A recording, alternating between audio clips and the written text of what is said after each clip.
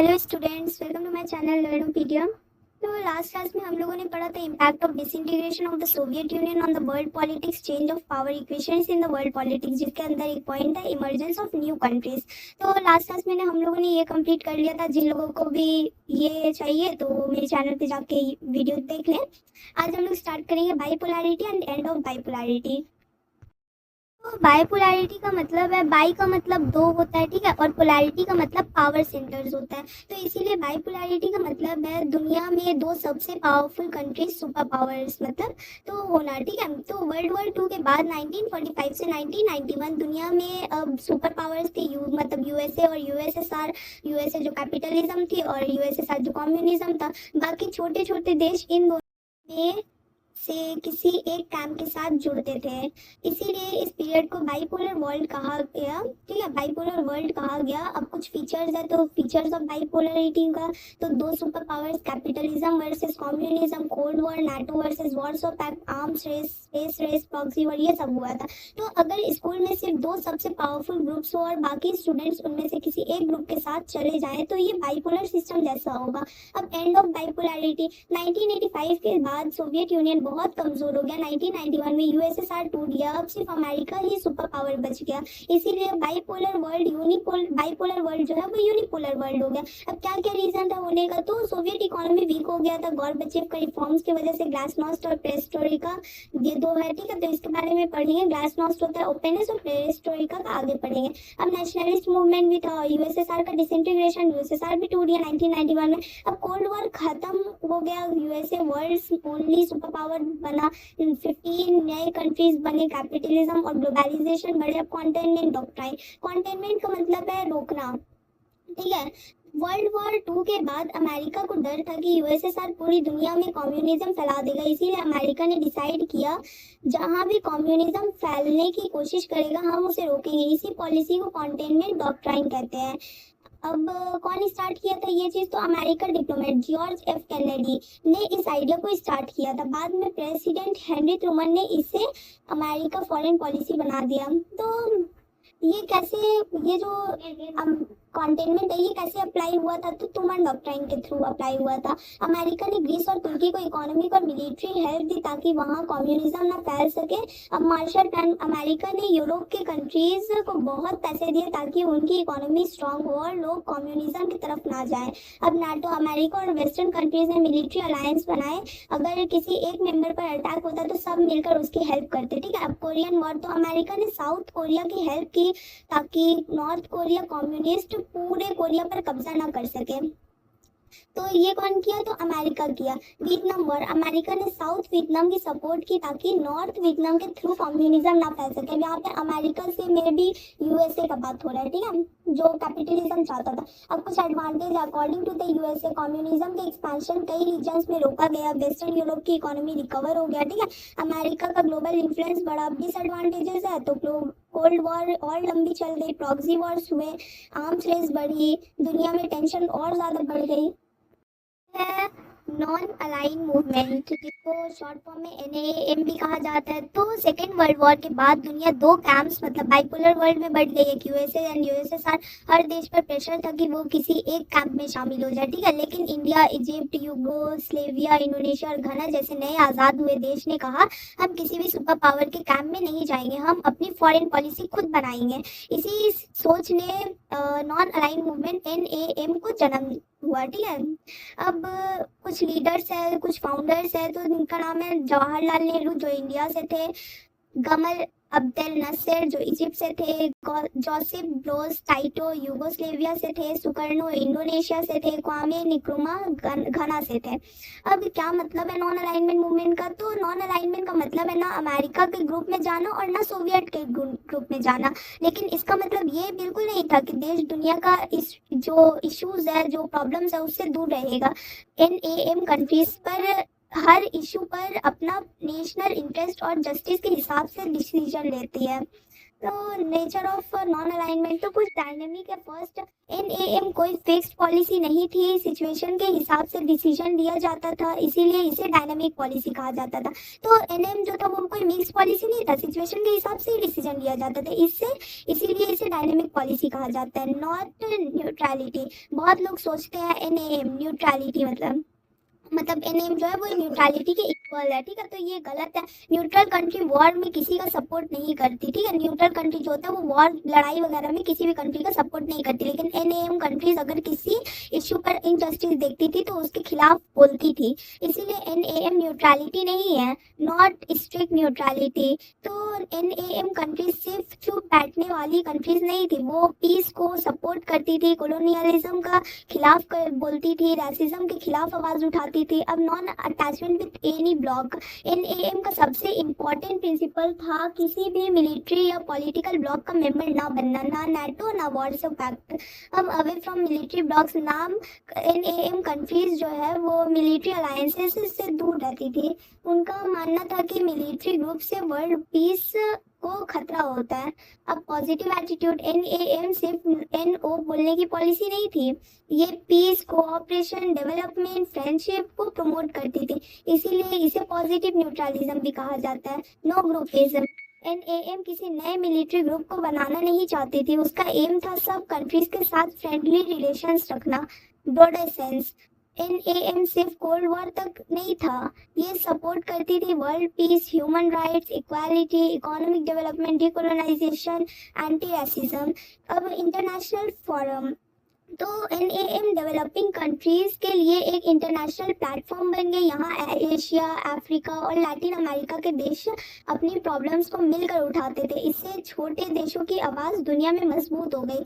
Many faces of non alignment, NAM सिर्फ एक foreign policy नहीं थी, इसका कई ऑब्जेक्टिव थे। पीस मूवमेंट जैसे, तो वर्ल्ड पीस को प्रमोट करना, एंटी कॉलोनियल मूवमेंट मतलब कॉलोनियलिज्म के खिलाफ आवाज़ उठाना, anti racism movement, south Africa की अपार्थाइड पॉलिसी जैसे रेशियल डिस्क्रिमिनेशन के खिलाफ आवाज उठाना। रेशियल डिस्क्रिमिनेशन मतलब आप लोगों ने पढ़ा ही होगा हिस्ट्री में, मतलब वो कास्ट डिस्क्रिमिनेशन जो होता है।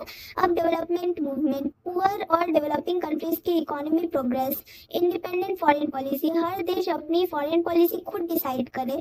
Voice of developing countries, Asia, Africa और लैटिन अमेरिका के देशों की आवाज बनना, ठीक है। तो ये नॉन अलाइन मूवमेंट है, genesis and growth of the non align movement. तो इसका इंट्रोडक्शन पहले पढ़ते हैं। तो सेकेंड वर्ल्ड वॉर के बाद दुनिया दो ग्रुप्स में बढ़ गई, जैसा कि मैंने आप लोगों को कहा। तो दोनों सुपर पावर्स चाहते थे कि नए आज़ाद हुए देश उनके ग्रुप में शामिल हो जाए, हम किसी भी सुपर पावर के कैंप में नहीं जाएंगे, हम अपनी फॉरेन पॉलिसी खुद बनाएंगे। तो इसी सोच से नॉन अलाइनमेंट मूवमेंट की शुरुआत हुई। तो अब ओरिजिन ऑफ एनएएम पढ़ते हैं।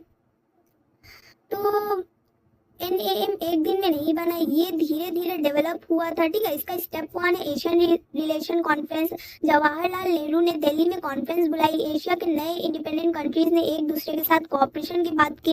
बैंडन कॉन्फ्रेंस जो 1955 में हुआ, इंडोनेशिया के बैंडन सिटी में एशिया और अफ्रीका के 29 कंट्रीज मिले। यहाँ डिसाइड हुआ कि कॉलोनियलिज्म का विरोध करेंगे वो लोग, पीस सुकून रखेंगे, किसी सुपर पावर के प्रेशर में नहीं आएंगे। बैंडन कॉन्फ्रेंस को एनएएम के फाउंडेशन माना जाता है।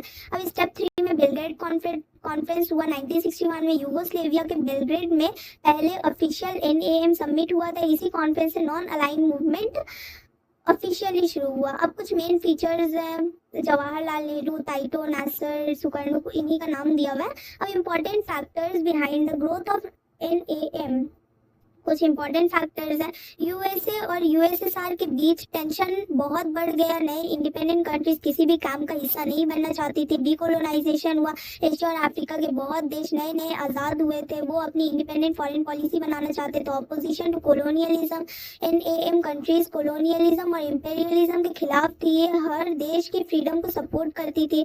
Desire for piece, nuclear war का बहुत बड़ा खतरा था, एनएएम कंट्रीज चाहती थी कि दुनिया में शांति बनी रहे। इकोनॉमिक डेवलपमेंट, नए देशों का मानना था मिलिट्री राइवलरी से ज़्यादा ज़रूरी डेवलपमेंट है, इसीलिए वो जो मिलिट्री राइवलरी जो है वो ज़्यादा ज़रूरी डेवलपमेंट है, ठीक है।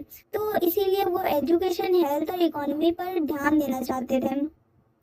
तो नए देशों का मानना था कि मिलिट्री रिवॉल्यूटी से ज़्यादा इम्पोर्टेंट डेवलपमेंट जो है वो एजुकेशन, हेल्थ और इकोनॉमी है, इसीलिए वो लोग उन पे ध्यान देना चाहते थे। अब इंडिपेंडेंट फॉरेन पॉलिसी, हर देश चाहता था कि वो अपनी फॉरेन पॉलिसी खुद बनाए, किसी सुपर पावर के प्रेशर में ना आए।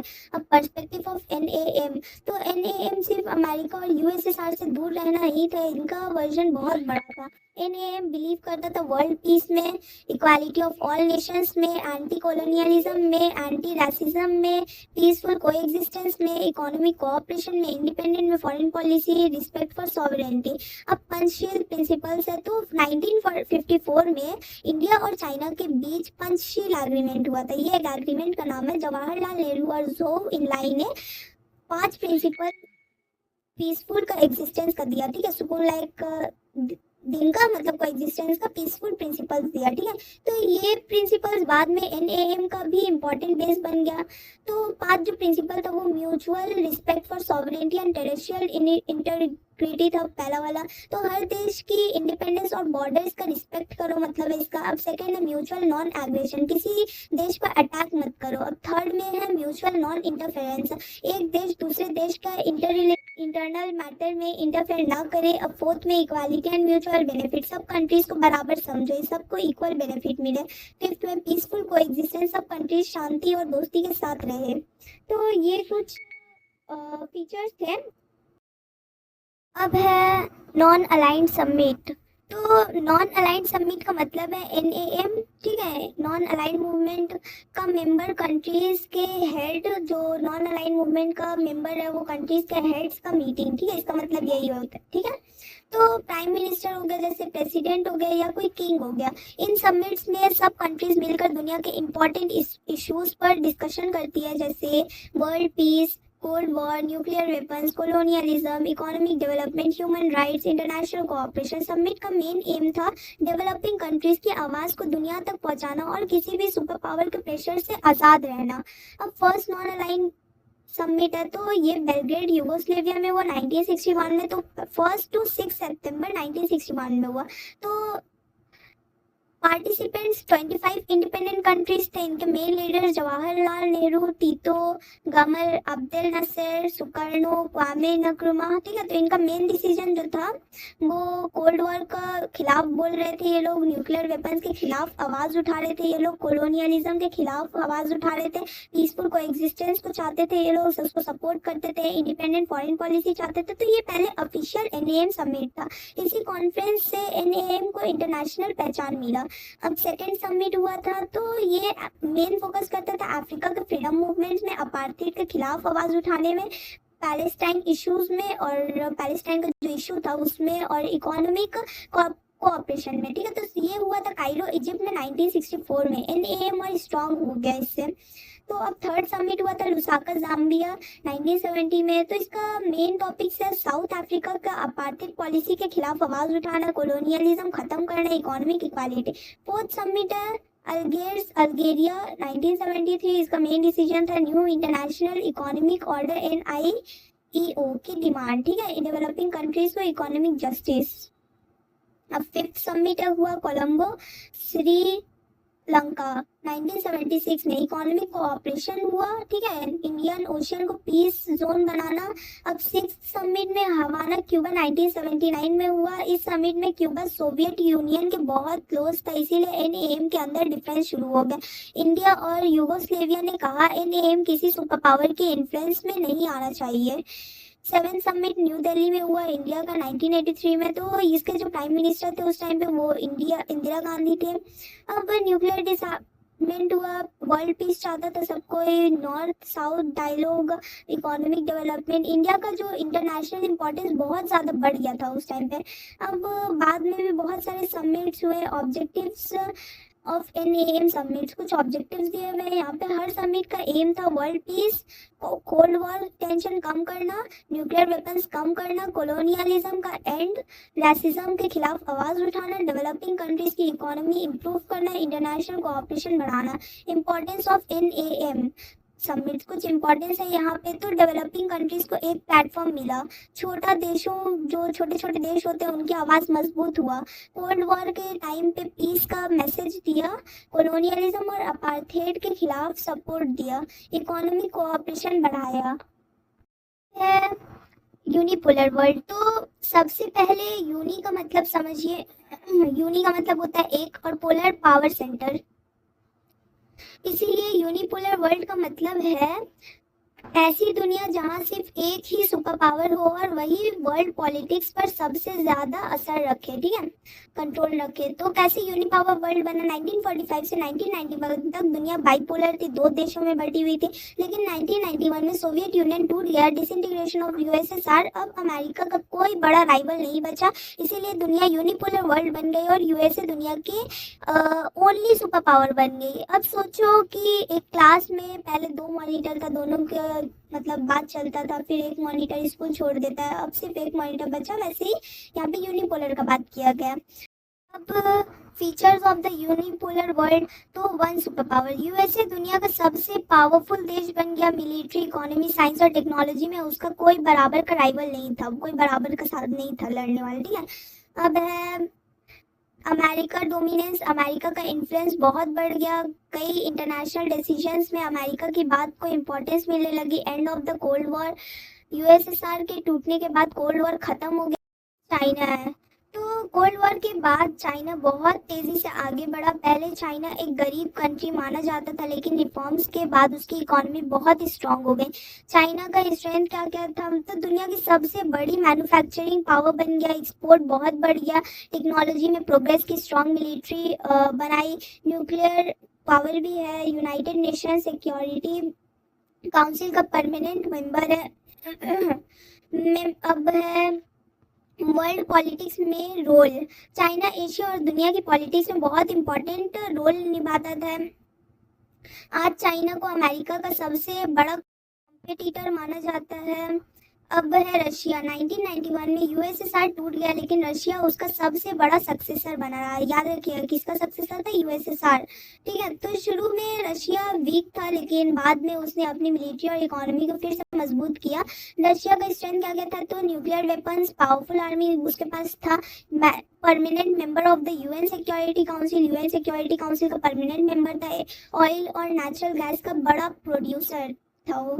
अब वर्ल्ड पॉलिटिक्स में रोल, तो रशिया ने यूक्रेन, साइरिया और सेंट्रल एशिया जैसे इश्यूज में अपना इन्फ्लुएंस दिखाया है। इससे पता चलता है कि रशिया आज भी एक इम्पॉर्टेंट ग्लोबल पावर है। अब यूरोपियन यूनियन, यूरोपियन यूनियन कई यूरोपियन कंट्रीज का एक ग्रुप है, इसका एम है economic cooperation, free trade, peace, development. अब स्ट्रेंथ ऑफ द ईयू, ये दुनिया की सबसे बड़ी इकोनॉमिक्स में से एक था, strong trade power, advance technology था, इसके पास हाई स्टैंडर्ड ऑफ लिविंग, जीने का हाई स्टैंडर्ड्स था। वर्ल्ड पॉलिटिक्स में रोल कैसा था? तो ईयू दुनिया का, या ईयू से बात हो रहा है यूरोपियन यूनियन का, ठीक है। तो ईयू दुनिया के ट्रेड, इन्वायरमेंट, ह्यूमन राइट्स और डिप्लोमेसी में बहुत इंपॉर्टेंट रोल निभाता था। तो अब है United Germany, second world war के बाद जर्मनी दो पार्ट्स में बढ़ गया, एक वेस्ट जर्मनी जो यूएसए कैंप के पास था और एक ईस्ट जर्मनी जो यूएसएसआर के साथ था। तो 1989 में बर्लिन वॉल टूट गया, 1990 में ईस्ट और वेस्ट जर्मनी दोबारा एक हो गए, इससे यूनाइटेड जर्मनी बना।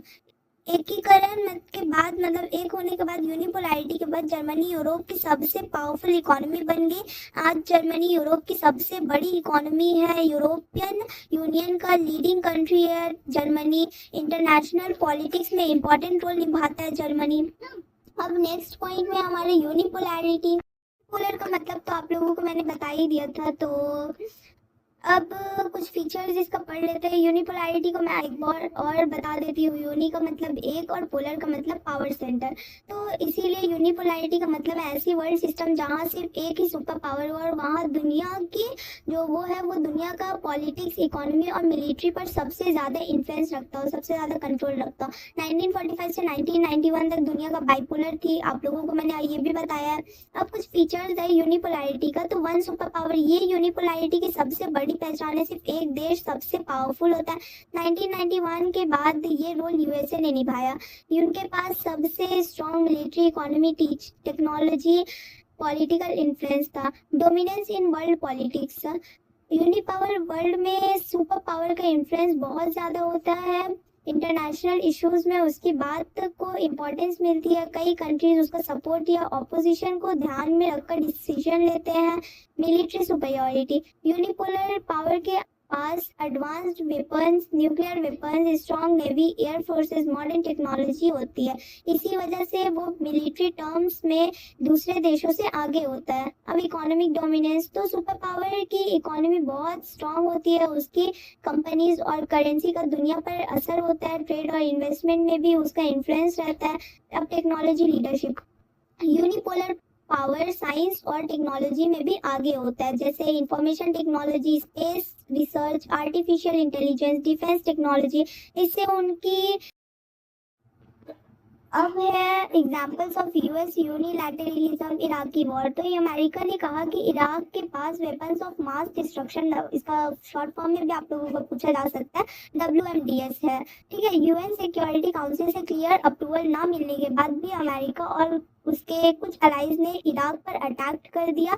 ये यूएस यूनिलैटरलिज्म के सबसे फेमस एग्जाम्पल्स माना जाता है। अब इकोनॉमिक सैंक्शन, ठीक है, तो अमेरिका कई कंट्रीज पर अपनी तरफ से सैंक्शंस लगाना चाहता था, जैसे ईरान, क्यूबा, नॉर्थ अफ्रीका। ये डिसीजंस हमेशा सभी कंट्रीज की एग्रीमेंट से नहीं लिया जा गया। ठीक है, अब फॉरेन पॉलिसी डिसीजंस, कई बार अमेरिका ने अपनी सिक्योरिटी और नेशनल इंटरेस्ट को सबसे ऊपर रखकर डिसीजंस लिए, चाहे दूसरे कंट्रीज उनसे एग्री करे या नहीं। अब argument in favour of US unilateralism, supporters कहते हैं कभी कभी जल्दी डिसीजन लेना जरूरी होता है। टेररिज्म और सिक्योरिटी थ्रेट से निपटने के लिए फास्ट एक्शन चाहिए। अमेरिका अपनी और अपने अलाइज की सिक्योरिटी की रिस्पॉन्सिबल लेता है। ठीक है, अब क्रिटिसिज्म ऑफ यूएस यूनिलैटरलिज्म, क्रिटिक्स कहते हैं इससे यूनाइटेड नेशंस की इंपॉर्टेंस कम होती है, दूसरे देशों की राय को इग्नोर किया जाता है, क्योंकि वहाँ का तो एग्रीमेंट दूसरे देशों के एग्रीमेंट नहीं लिए जाते थे, वो एग्री हो या ना हो इनको फर्क नहीं पड़ता था। तो इंटरनेशनल लॉ की रिस्पेक्ट कम हो सकता है, दुनिया में टेंशन बढ़ सकती है। अब नेक्स्ट पॉइंट है हमारा ऑपरेशन डेजर्ट स्टॉर्म। 1990 में इराक के प्रेसिडेंट सद्दाम हुसैन ने कुवैत पर अटैक करके उस पर कब्जा कर लिया। अमेरिका और यूनाइटेड नेशंस ने इराक से कहा कि कुवैत छोड़ दो, लेकिन सद्दाम हुसैन नहीं माने। इसके बाद अमेरिका ने कई देशों के साथ मिलकर इराक के खिलाफ मिलिट्री ऑपरेशन शुरू किया। इस ऑपरेशन का नाम था ऑपरेशन डेजर्ट स्टॉर्म। ठीक है, अब डिटेल्स क्या है ऑपरेशन डेजर्ट स्टॉर्म का, तो ये हुआ था 1991 में, इसका ईयर दिया हुआ है और कुछ कंट्रीज था तो इसमें तो USA, United kingdom, France, Saudi Arabia और लगभग 30 से ज्यादा कोalition कंट्रीज था। तो कुवैत को इराक से का जो कब्जा है उसे आज़ाद कराना था, सद्दाम हुसैन की आर्मी को हराना था, इंटरनेशनल लॉ का रिस्टोर करना था। अब पहले इराक पर बहुत तेज एयर स्ट्राइक्स की गई, फिर ग्राउंड अटैक हुआ, कुछ ही दिनों में इराकी आर्मी हार गई, कुवैत आज़ाद हो गया। अब क्या किया, इसका रिजल्ट क्या निकला, तो कुवैत फ्री हो गया, इराक को हार मिली। ठीक है, अमेरिका की मिलिट्री पावर पूरी दुनिया ने देखी। अब significance of operation desert system, तो कुछ इंपॉर्टेंस है। तो first major military success of the USA after the cold war. Cold war के बाद अमेरिका ने दिखाया कि वो दुनिया की सबसे ज्यादा पावरफुल मिलिट्री पावर है। अब strengthened the unipolar world, USSR टूट चुका था, अमेरिका की लीडरशिप और ज्यादा मजबूत हो गई। Strengthened the role of the United Nations, UN security council ने इराक के खिलाफ एक्शंस को सपोर्ट किया। अब मॉडर्न वारफेयर, इस वॉर में smart bomb, satellite technology, precision missiles का यूज हुआ। अब यूएस यूनिलैटरलिज्म, तो डेजर्ट स्टॉर्म और अमेरिका ने कोalition और यूएन के सपोर्ट के साथ एक्शन लिया, लेकिन बाद के वॉर्स खासकर इराक वॉर जो 2003 में अमेरिका ने अपने नेशनल इंटरेस्ट के बेसिस पर मिलिट्री एक्शन लिया। इसी वजह से लोग अमेरिका की फॉरेन पॉलिसी को यूएस यूनिलैटरलिज्म कहने लगे। अब ऑपरेशन इराकी फ्रीडम जो 2003 में हुआ, ठीक है, तो 2003 में अमेरिका ने कहा कि इराक के पास वेपन्स ऑफ मास डिस्ट्रक्शन है, सद्दाम हुसैन टेररिज्म को सपोर्ट कर सकते हैं। अमेरिका ने इराक पर अटैक कर दिया, इस ऑपरेशन का नाम था ऑपरेशन इराकी फ्रीडम। तो ये 2003 में हुआ, इसके लीडर थे प्रेसिडेंट जॉर्ज डब्ल्यू बुश। अब सद्दाम हुसैन की गवर्नमेंट को हटाना इनका ऑब्जेक्टिव था मेन। WMDS को डिस्ट्रॉय करना था, इराक में डेमोक्रेसी लाना था। अब इसमें क्या हुआ कि अमेरिका और ब्रिटेन ने इराक पर अटैक किया, बगदाद पर कब्जा कर लिया, सद्दाम हुसैन की गवर्नमेंट गिर गई। बाद में सद्दाम हुसैन पकड़े गए। अब कुछ रिजल्ट इसका निकला तो सद्दाम हुसैन की गवर्नमेंट खत्म हो गई, लेकिन बाद में इराक में सिविल वॉर और टेररिज्म बढ़ गया। बाद की इन्वेस्टिगेशंस में WMDS नहीं मिला। तो ये यूएस यूनिलैटरलिज्म का सबसे बड़ा एग्जाम्पल्स माना जाता है, क्योंकि इस वॉर को लेकर बहुत से देशों ने आवाज उठाया। अब यूएस इंटरवेंशन इन अफगानिस्तान।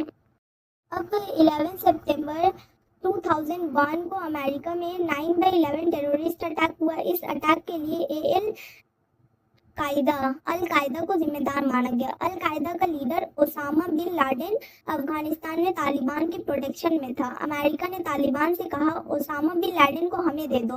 तालिबान ने मना कर दिया। इसके बाद अमेरिका ने अफगानिस्तान पर मिलिट्री एक्शन शुरू किया। Details of the war.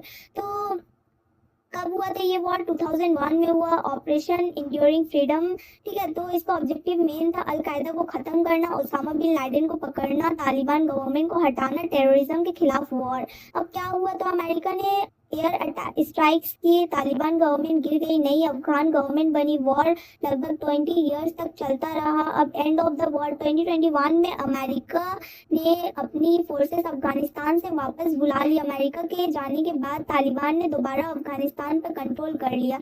अब इसमें इम्पैक्ट क्या पड़ा? तो अल कायदा को बहुत नुकसान हुआ था। ओसामा बिन लादेन 2001 में पाकिस्तान में यूएस ऑपरेशन में मारे गए। बहुत लंबी वॉर हुई, हजारों लोग मारे गए। अफगानिस्तान में पॉलिटिकल इंस्टेबिलिटी बनी रही। अमेरिका को बहुत इकोनॉमिक लॉस हुआ।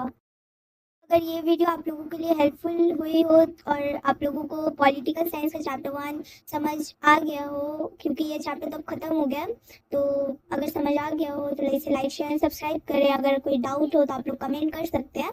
अब मिलते हैं नेक्स्ट वीडियो में, तब तक के लिए बाय बाय।